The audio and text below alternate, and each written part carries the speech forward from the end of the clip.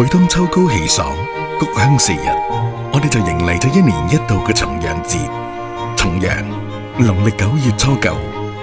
9喺中國傳統中係數字中嘅極致，與狗同音，寓意長久與長壽。澳門特別行政區於2017年將每年農曆9月初9重陽節定為澳門特別行政區長者日，旨在肯定長者對社會嘅貢獻，弘揚敬老愛老文化，建立敬老愛老嘅社會氛圍。古時重陽，人們登高望遠，祈福納祥，江南名流騰王閣上，登高遠眺，共賞秋景，成為流傳千年嘅美談。喺澳門，我哋同樣延續住重陽登高祈福嘅傳統。每當秋意漸濃，敬老總會都會組織眾長者親近自然，欣賞沿途嘅秋色美景，互相扶持，談笑共行。喺登高嘅路上，我哋祈願健康長壽，更實踐住積極樂頤年嘅生活態度。與此同時，澳門敬老總會積極配合推動澳門政府政策，協助長者辦理生活所需嘅各項服務，包括頤老卡與長者卡嘅申請等等，讓長者感受社會嘅關懷。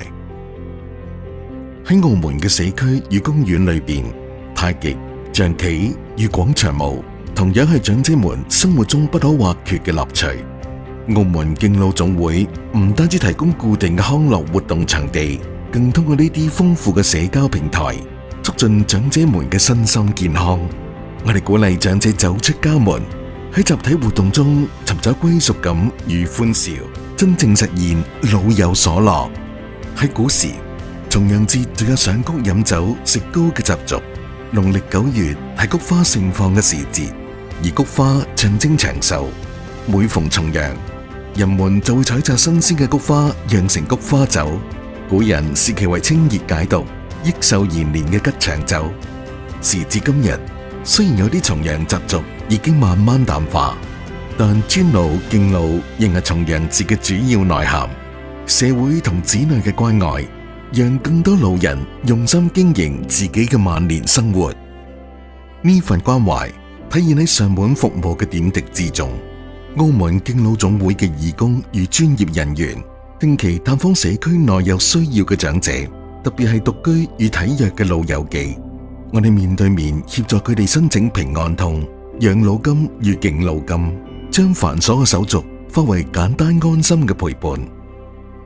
從疾病津貼到安老院舍資訊，致力於涵蓋長者生活嘅方方面面，真正用行動實踐老有所依嘅承諾。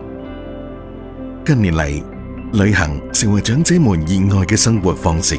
夕陽紅旅遊團嘅笑容與足跡，印證住佢哋對世界嘅熱愛與對生命嘅禮讚，弘揚孝親敬老美德，共建老年友好社會。